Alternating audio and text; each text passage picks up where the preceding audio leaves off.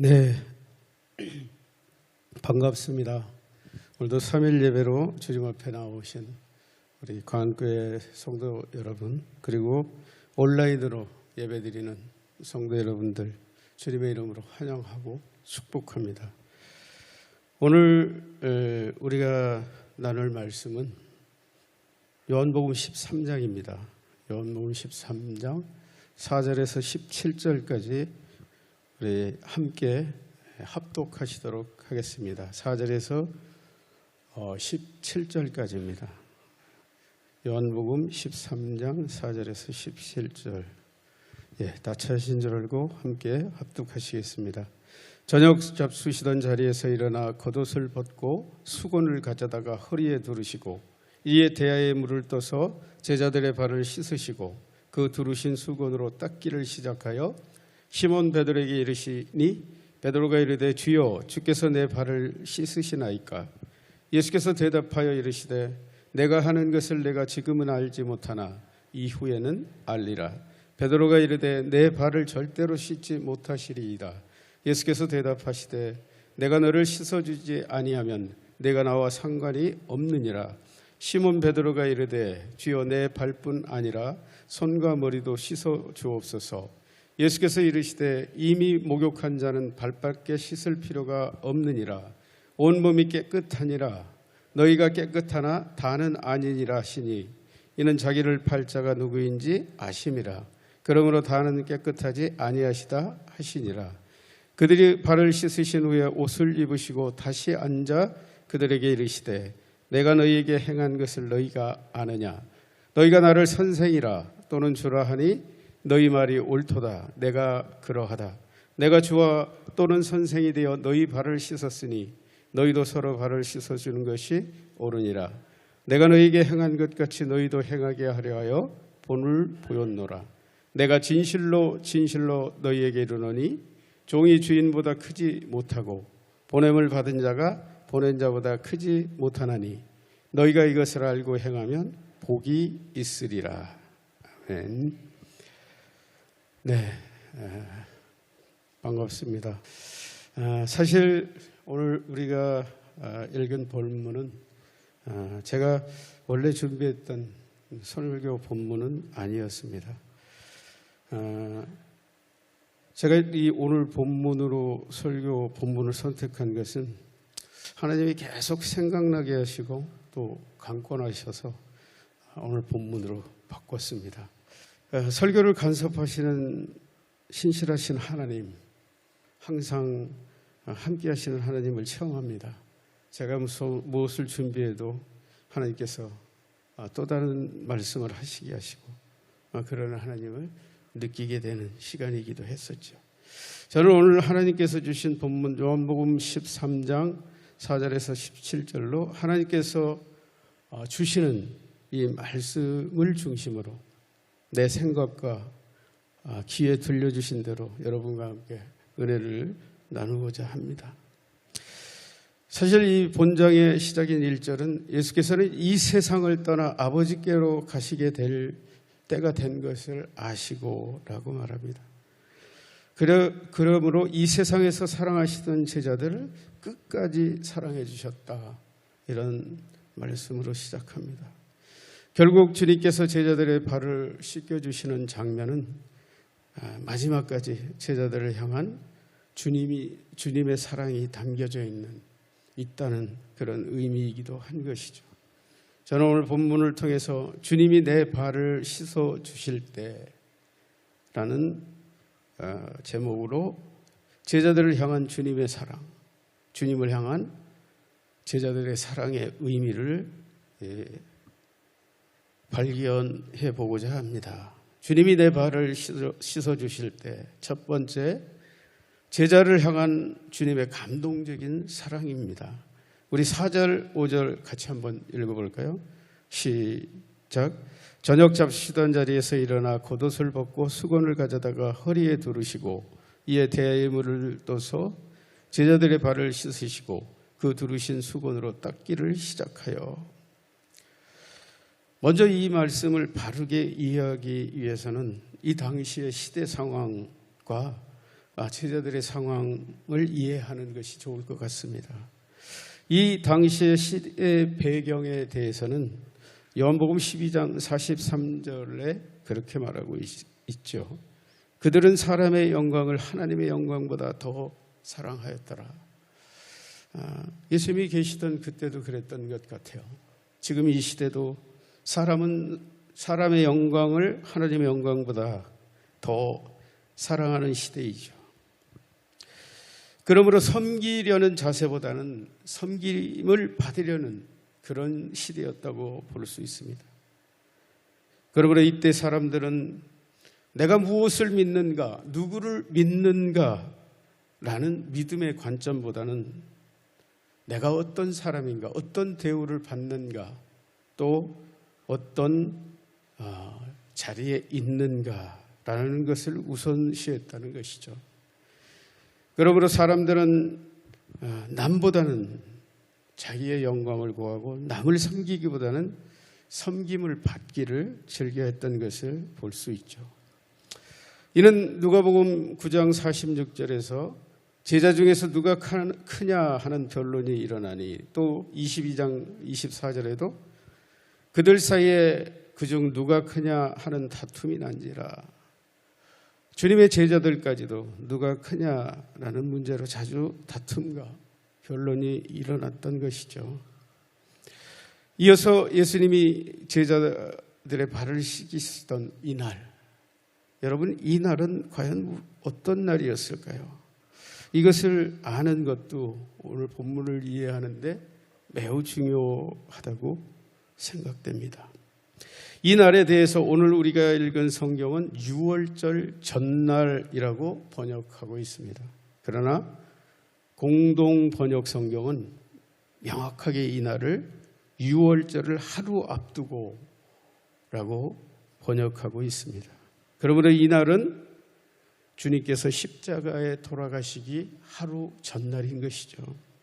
지금 주님이 돌아가시기 하루 전날, 만 하루가 되지 않는 시간에 주님이 돌아가시는데 그 전에 일어났던 일이라는 얘기입니다. 그러므로 사람들이 각자의 영광을 추구하던 시대, 주님은 십자가에 달리시기 하루 전날 저녁 잡수실 때, 그때 그 자리에서 예수님께서 자리에 일어나셔서 겉옷을 벗으시고 수건으로 허리를 두르시고 대야에 물을 떠서 제자들의 발을 씻기시고 수건으로 닦아주시기 시작했다, 이렇게 말씀하시는 거죠. 어떻게 보면 제자들을 향한 주님의 마지막 사역이었다, 이렇게 볼 수 있는 장면이죠. 우리의 관점에서 보면 이때 왜 예수님은 제자들의 발을 씻기셨을까라고 생각할 수도 있죠.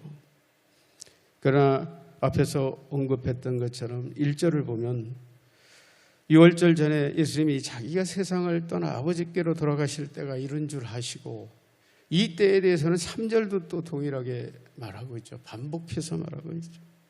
예수님이 자기가 떠날 줄을 아시고, 그 떠날 줄을 아시고 지금 제자들의 발을 씻기셨다, 이런 말씀이죠. 제자들의 발을 씻기시는 예수님의 행동의 근거는 제자들을 향한 전적인 사랑, 마지막까지 행하신 그 사랑이었다는 사실이죠. 그러나 이 유대인들 원래는 식사하기 전에 발을 씻는 것이 관례였다고 합니다. 그러나 이 날만 아무도 물을 내주지 않았던 것인지, 아니면 예수님 일행은 항상 발을 씻지 않았는지는 본문을 보아서는 알 수 없습니다. 그러나 누가복음 7장 44절을 보면 그런 얘기가 나오죠. 그 여자를 돌아보시며 시몬에게 이르시되 이 여자를 보느냐? 내가 내 집에 들어올 때 너는 내게 발 씻을 물도 주지 아니하였으되 이 여자는 눈물로 내 발을 적시고 그 머리털로 닦았으며. 이 말씀으로 보건대 예수님께서 발을 씻지 못하신 이유가 제자들이 발을 씻길 물을 내오지 않았거나 발을 씻기려는 섬김의 마음이 아무에게도 없었던 것을 볼 수 있습니다. 그러므로 주님은 제자들에게 사랑과 섬김을 교훈하셔야 했을지도 모르겠습니다. 결국 예수님께서는 종들이 씻었던 가장 낮은 자리, 제자들의 발을 씻는 자리로 내려가신 거죠. 그러므로 사랑과 겸손과 섬김의 본을 보여주신 것입니다. 어쩌면 이는 또 이후에 예수 그리스도의 희생을 통해 이루어질 십자가의 대속의 피로 모든 인간의 죄를 씻어주실 것을 상징적으로 보여준다고 할 수도 있을 것입니다. 그러나 무엇보다도 가장 큰 이유는 예수님이 제자들을 향한 사랑이었다고 말할 수 있을 것입니다. 예수님은 제자들을 몹시 사랑하셨기 때문에 오늘 우리가 읽지 않았지만 본장 34절에도 그렇게 말하죠. 새 계명을 너희에게 주노니 서로 사랑하라. 내가 너희를 사랑한 것 같이 너희도 서로 사랑하라. 내가 너희를 사랑한 것 같이. 여러분, 사랑의 최고의 기준이 예수님이 제자들을 사랑하시는 것이 최고의 기준이라는 말씀이시죠. 내가 그처럼 너희를 사랑한 것 같이 너희도 서로 사랑하라 라고 말씀하시는 거죠. 이처럼 제자들을 사랑하시던 예수님께서 발을 씻어주시자 성경은 말하지 않지만 제자들은 아마 가시방석에 앉은 것처럼 어쩔 줄 몰랐을 것이 분명합니다. 아마 제자들의 마음속에서는 그런 생각들이 스쳐 지나갔을지도 모르겠어요.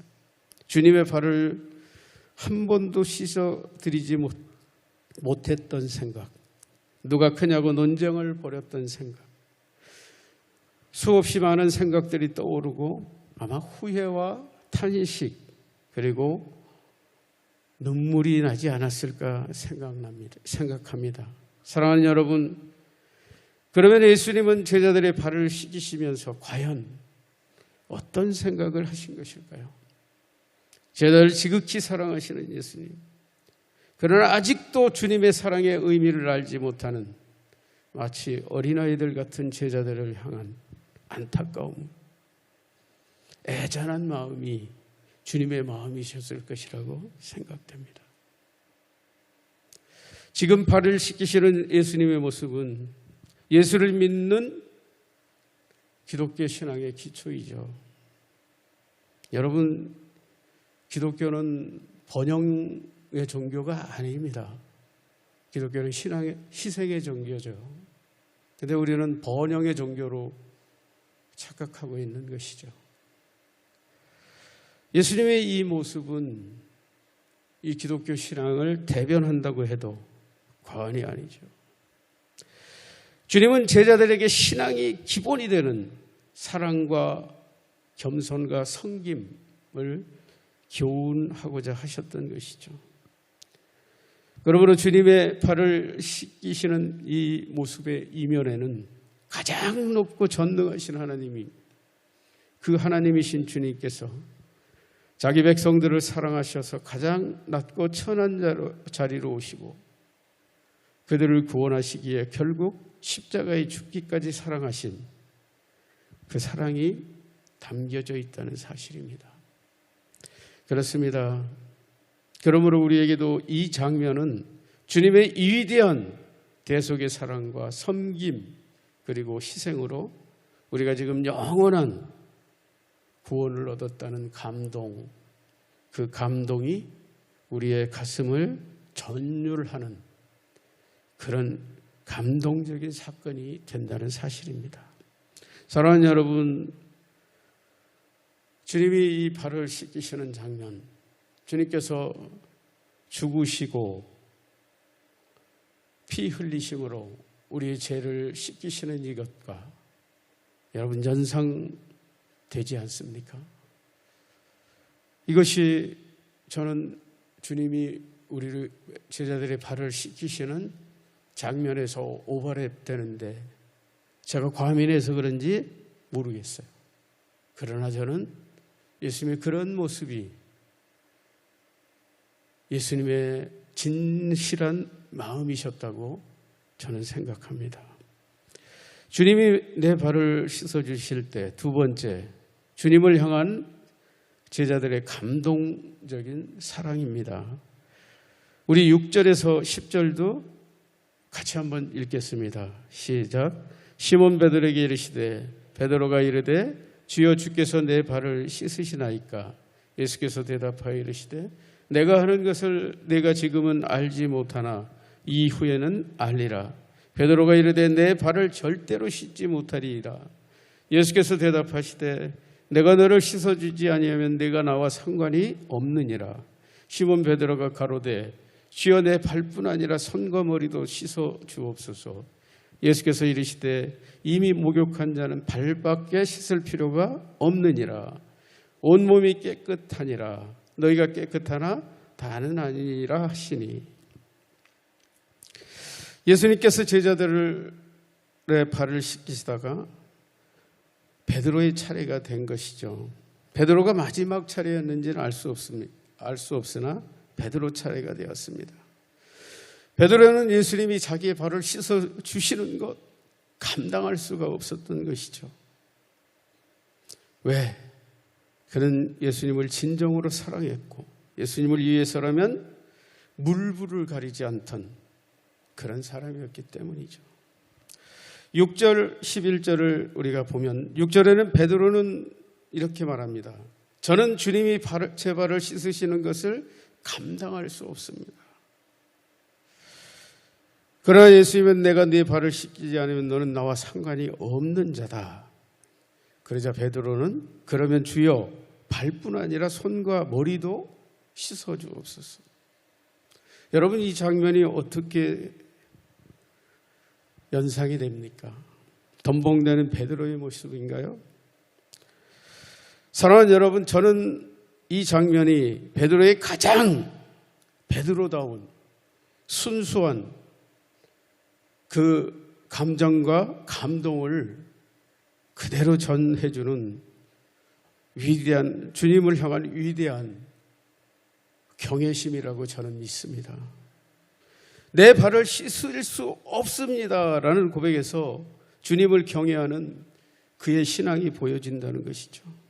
그리고 발뿐 아니라 손과 머리도 씻어주시옵소서 라는 고백에서 무엇이든지 주님과 관계되는 일이라면 물불을 가리지 않는 주님을 지극히 사랑하는 그의 간절한 갈망이 저에게 공감되어지고 느껴지기 때문입니다.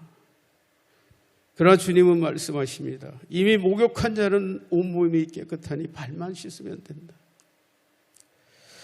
이 말씀은 주님은 베드로의 덤벙대는 것 같은 행동에서 주님을 향한 일관된 열정, 주를 향한 그의 깨끗하고 순수한 마음을 알고 계셨다고 저는 믿습니다. 사랑하는 여러분, 저는 주님을 위한 일에 전심을 다하는 이 베드로의 모습에서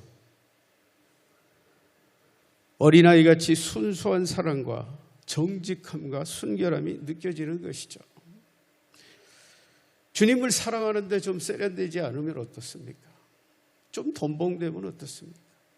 그것이 진심이라면 얼마나 아름다운 것일까요? 값지고 귀한 것일까요? 저는 그렇게 생각이 듭니다.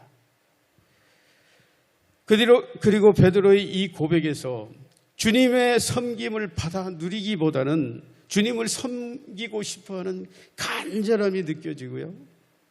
주님과 더 가까이 주님과 함께 하기를 원하는 그의 간절한 마음이 느껴진다는 사실입니다.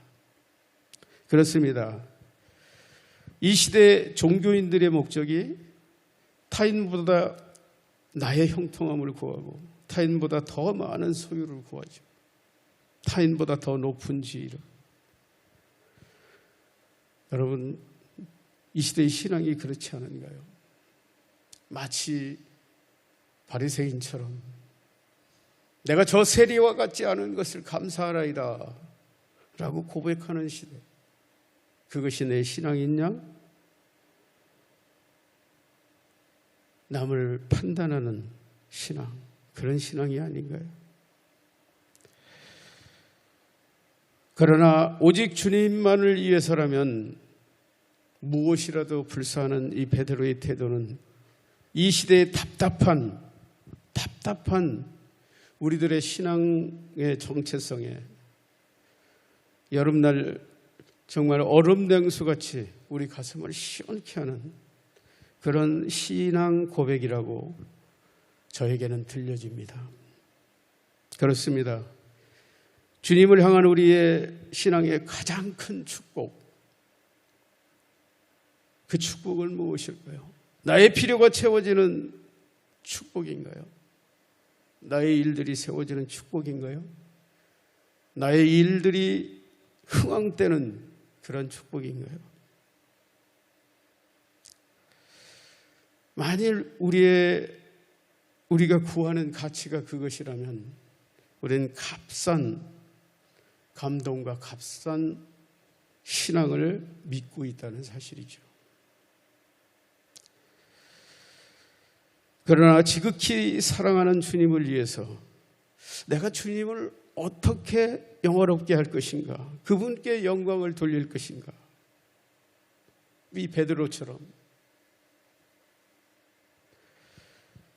그런 마음으로 살아가는, 그런 감동으로 살아가는, 그리고 그 위대한 가치로 살아가는, 그것이 우리 신앙의 가치가 아닐까 생각합니다. 사랑하는 여러분, 그렇습니다. 기독교 신앙의 진정한 기쁨과 감동은 나의 영광이 아니라는 것이죠. 하나님의 영광을 구하고 그 하나님의 영광을 구하다 받는 핍박과 고난과 어려움, 환난, 그것들이 오히려 우리의 가슴을 뜨겁게 하는 그런 감동이 우리의 신앙의 정체성이라는 것이죠. 그것이 우리의 진정한 기쁨이 되는 것이죠.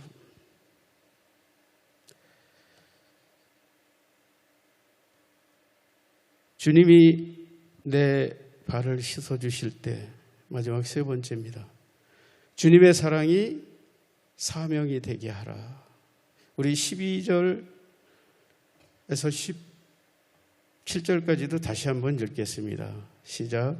그들의 발을 씻으신 후에 옷을 입으시고 다시 앉아 그들에게 이르시되 내가 너희에게 행한 것 같이을 너희가 아느냐. 너희가 나를 선생이라 또는 주라 하니 너희 말이 옳도다. 내가 그러하다. 내가 주와 또는 선생이 되어 너희 발을 씻었으니 너희도 서로 발을 씻어주는 것이 옳으니라. 내가 너희에게 행한 것 같이 너희도 행하게 하려 본을 보였노라. 내가 진실로 너희에게 이르노니 종이 주인보다 크지 못하고 보냄을 받은 자가 보낸 자보다 크지 못하나니 너희가 이것을 알고 행하면 복이 있으리라. 12절 13절은 제자들을 향한 예수님의 교훈이죠. 예수님은 제자들의 발을 다 씻으시고 내가 너희의 발을 씻긴 것이 무슨 뜻인지 아느냐. 너희가 나를 선생이요 주님이라고 부르는데 너희 말처럼 나는 너희 선생이요 주님이다. 14절 15절은 섬김의 도리에 대한 교훈입니다. 제자가 선생의 발을 씻어주는 것이 도리인데 내가 너희의 발을 씻어준 것은 상전이 종의 발을 씻어주는 도를 보여준 것이다. 내가 너희 발을 씻어준 것 같이 너희도 서로 발을 씻어주게 하려고 본을 보인 것이다. 여기서 주님은 제자들에게 세 가지 교훈을 보여주십니다. 먼저 선생이 제자를 섬기는 진정한 겸손의 본을 보여주시고요. 두 번째는 조건 없는 사랑의 본을 보여주십니다. 세 번째는 자원하여 섬기는 본을 보여주신 것이죠. 결국 주님이 보여주신 본은 겸손과 사랑과 섬김이라는 제자의 조건을 교훈하신 것입니다. 여러분, 기독교는 섬김의 종교죠. 희생의 종교죠. 우리의 희생을 통해서 많은 영혼이 주께로 나오는 놀라운 생명의 역사고 생명의 종교이죠. 주님은 그것을 한 알에 미리 죽지 아니하면 한 알 그대로 있고라고 말씀하십니다. 우리가 죽지 아니하면 우리는 한 사람의 영혼도 구할 수 없다는 얘기시죠. 그러나 우리가 죽으면 많은 영혼들을 구할 것이라고 말씀하시는 것이죠. 이어서 16, 17절은 예수님과 제자들의 관계에 대해서 말씀하십니다. 종이 주인보다 크지 못하고 보냄을 받은 자가 보낸 자보다 크지 못한 것이 이치요 원리이다. 이어서 17절은 주인이 종의 발을 씻어주고 큰 자가 낮은 자의 발을 씻어주는 것이 복이다 라고 결론하고 있는 것이죠. 사랑하는 여러분 섬기는 자가 큰 자가 아니라는 것이죠. 이게 기독교의 원리죠. 섬기는 자가 큰 자라는 것이죠. 그러나 우리는 세상 논리대로 섬기는 자가 큰 자인 가치관에서 살아가고 있다는 사실입니다. 사람들은 일반적으로 섬김을 받는 것에 만족을 하고 그 섬김에 받는 자리로 가기 위해서 열심히 살아가고 있습니다. 그러나 우리 기독교는 섬기는 자리에 남들이 하지 않는 섬기는 자리로 끊임없이 내려가는 것이죠. 성도일 때도 불신자들을 섬겨야 되고요. 집사는 성도들을 섬기는 자리에 서 있고요. 권사 장로님은 집사님 성도님들을 섬기는 자리라는 거예요. 목회자는 더 말할 것도 없습니다.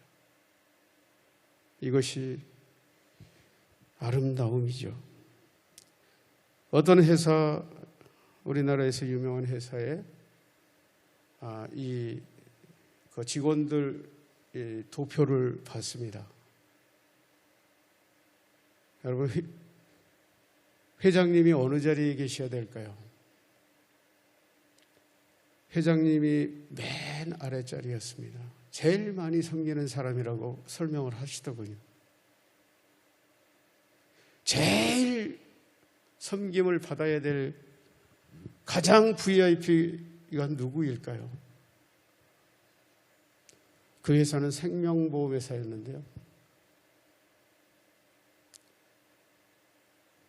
그분들은 보험을 들어주는 이 가입자 고객이었어요. 고객이 가장 너무 맞는 얘기 아닙니까? 고객이 가장 섬김을 받아야 되는 것이 마땅한 거 아니겠습니까? 우리 기독교가 그렇다는 거예요. 왜? 주님이 그렇게 본을 보이시고 그렇게 명령하셨기 때문에. 많이 맡긴 자에겐 더 많은 것을 구할 것이라고 말씀하시죠. 그렇습니다. 물론 낮은 자가 자원하여 섬길 수도 있을 것입니다. 그러나 낮은 자가 높은 자를 섬기는 것이 더 섬기는 것이 당연하다는 거예요. 여러분, 우리는 지금 거꾸로 살아가고 있다는 거예요. 섬김을 받으려 한다면. 여러분, 자녀가 부모를 섬겨야 되나요?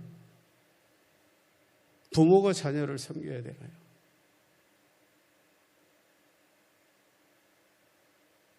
어린 자녀들이 부모를 섬겨야 된다면 그것이 맞겠죠. 그러나 부모가 자녀를 섬겨야 된다면 큰 자가 작은 자를 섬겨야 되는 게 너무나 정상적이라는 사실입니다. 사랑하는 여러분, 저는 본문에서 가장 우리가 유념해야 할 교훈이 무엇인가를 발견해 보고자 했습니다. 이것을 발견하기 위해서 14절을 우리 같이 한번 읽겠습니다. 시작. 내가 주와 또는 선생이 되어 너희의 발을 씻었으니 너희도 서로 발을 씻어주는 것이 옳으니라. 예수님이 본을 보여주신 이유가 여기 있다라는 것이죠. 내가 주님이고 너희 선생인데 내가 씻은 것처럼 너희도 그렇게 살아라는 얘기입니다. 예수님께서 제자들과 우리에게 교훈하시기 위한 이 한 예표로 예수님은 발을 씻기셨다는 얘기입니다. 그리고 이것은 우리 신앙의 본질적인 모습이라고 보아도 과언이 아닙니다.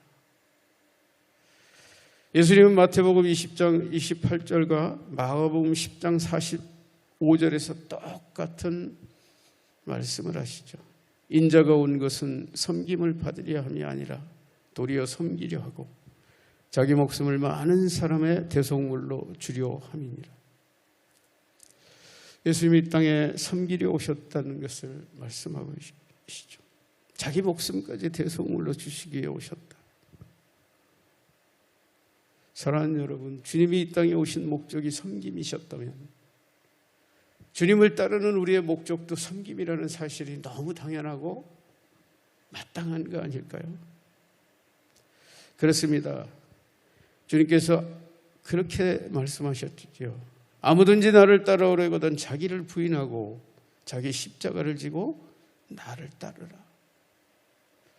여기서 자기 부인은 섬김을 받으려는 자기 자아를 버려야 되겠죠. 나 중심인 자아를 버리고 십자가는 자기 희생을 의미하는 것이죠. 자기를 죽이고 십자가를 지고 주님을 따라가라는 말씀이죠. 그러므로 만일 우리가 주님의 제자라면 우리는 진심으로 주님의 본을 따라서 섬기는 신앙으로 우리 자세를 바꿔야 할 것입니다. 그리고 주를 위해서 많은 사람들의 구원을 위해서라면 목숨이라도 아끼지 않는 희생의 신앙으로 전환되어져야 한다는 얘기죠. 또 예수님은 요한복음 13장 34절에서 내가 가는 곳에는 너희가 올 수 없다. 그러자 베드로가 요한복음 13장 36절 8절에서 예수님에게 이렇게 질문합니다. 시몬 베드로가 이르되 주여 어디로 가시나이까? 예수께서 대답하시되 내가 가는 곳에 내가 지금은 따라올 수 없으나 후에는 따라오리라. 베드로가 이르되 주여 내가 지금은 어찌하여 따라갈 수 없나이까? 주를 위하여 내 목숨을 버리겠나이다. 예수께서 대답하시되 네가 나를 위하여 네 목숨을 버리겠느냐? 내가 진실로 진실로 네게 이르노니 닭 울기 전에 네가 3번 나를 부인하리라. 여기서 주님께서 너희가 나를 찾아도 만날 수 없을 것이라는 이 말씀에 베드로는 너무 안타까웠던 것 같아요. 주님 어디로 가시나이까? 주님이 가신다는 그 말에 애통해하는 제자의 부르짖음이라고 저는 들립니다. 주님 어디로 가십니까? 그러나 주님은 말씀하십니다. 베드로야 내가 지금 나를 따라올 수 없단다. 그러나 후에는 내가 따라올 수 있을 것이다. 주님 어찌하여 제가 지금은 따라갈 수 없나이까? 주님 저는 주님을 따라가기에 제 목숨을 버리겠습니다. 사랑하는 여러분, 여기서 베드로가 주님을 위해 내 목숨을 버리겠습니다 라고 고백한 그의 고백은 가짜였을까요? 진짜였을까요? 사랑하는 여러분, 이것은 베드로의 진심이었다는 사실입니다. 베드로는 죽을 수 있는 그 마음을 지금 주님 앞에 고백했던 것이죠. 진심이었다는 얘기죠. 그러나 주님이 보시기에 베드로는 아직 연약했던 것이죠. 그래서 마태복음 26장 41절 보면 그렇게 말씀하시죠. 마음에는 원이로되 육신이 약하도다.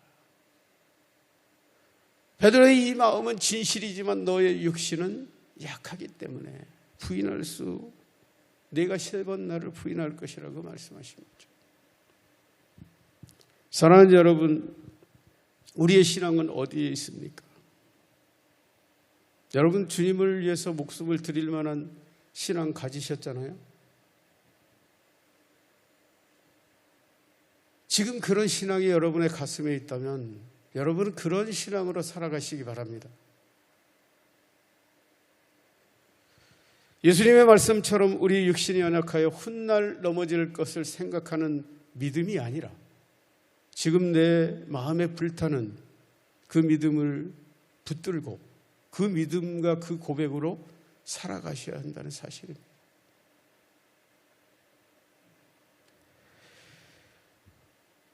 그러므로 우리가 여기서 발견해야 할 귀중한 교훈은 우리의 신앙이 육신의 한계를 지닌 육신의 연약함을 바라보는 것이 아니라 우리 가슴에 불타고 있는 이 목숨이라도 드릴 수 있다는 이 믿음으로 살아가야 된다는 것이죠. 이것이 우리의 믿음이죠. 왜? 믿음은 바라는 것들의 실상이니까요. 왜 육신이 연약하니까 나는 넘어질 것이라고 미리 얘기하고 아무것도 할 수 없는 연약함으로 살아가냐 이거예요. 나는 주님을 위해서 죽기도 하고 살기도 할 수 있다라는 믿음으로 살아가야 되지 않을까요? 사랑하는 여러분, 주를 위해 자기 목숨을 드리겠다는 베드로의 고백은 진심이었습니다. 그리고 주님은 베드로가 처절하고 넘어지는 것도 알고 있었습니다. 그러나 베드로는 다시 일어나서 주님을 위해 평생 헌신하다가 자기 목숨을 주님께 드리는 순교자로 살아갔다는 사실입니다. 비록 훗날 넘어질지 알 수 없으나 그 불타는 믿음으로 달려가는 자가 순교자의 삶을 살아가게 된다는 사실이죠.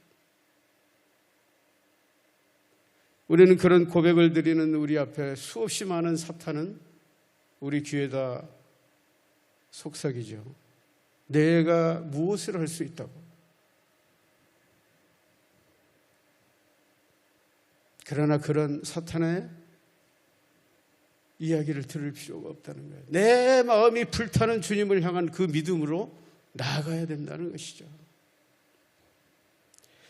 그래서 바울은 빌립보서 1장 20절 21절에서 그렇게 말하죠. 나의 간절한 기대와 소망을 따라 아무 일에든지 부끄러워하지 아니하고 지금도 전과 같이 온전히 담대하여 살든지 죽든지 내 몸에서 그리스도가 존귀하게 되게 하려 하느니 이는 내게 사는 것이 그리스도니 죽는 것도 유익함이라.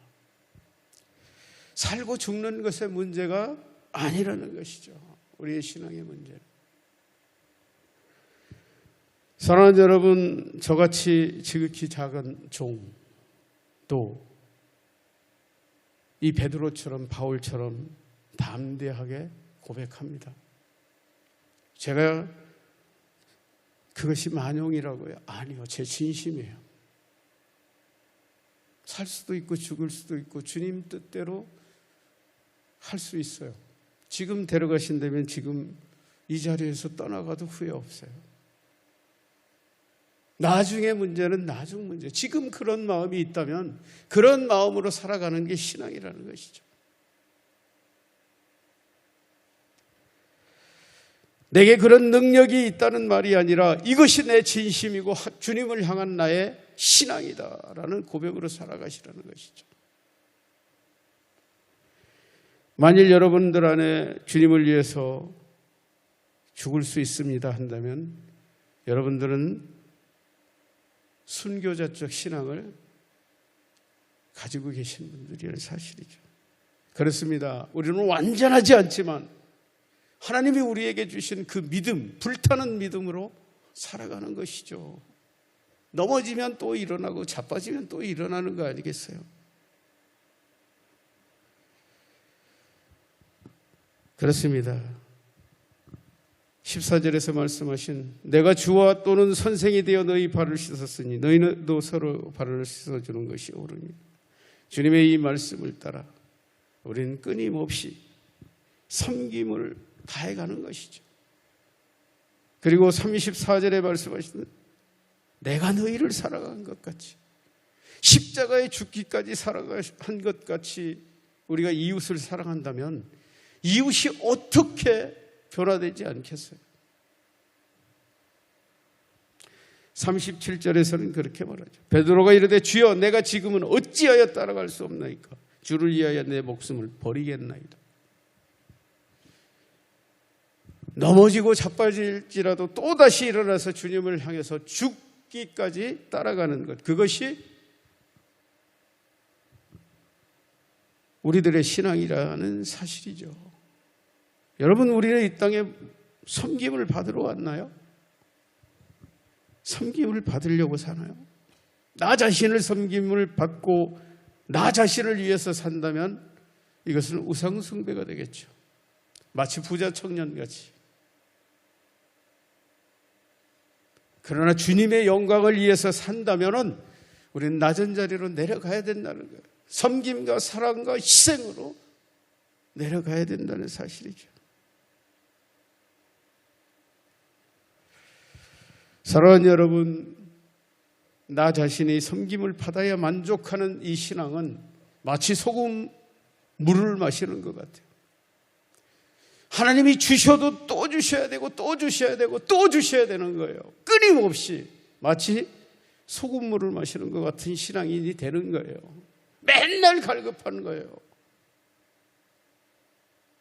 그러나 내가 하나님께 드리는 희생과 이웃을 향한 사랑과 섬김으로 살아간다면 부어도 은혜가 넘쳐난다는 거예요.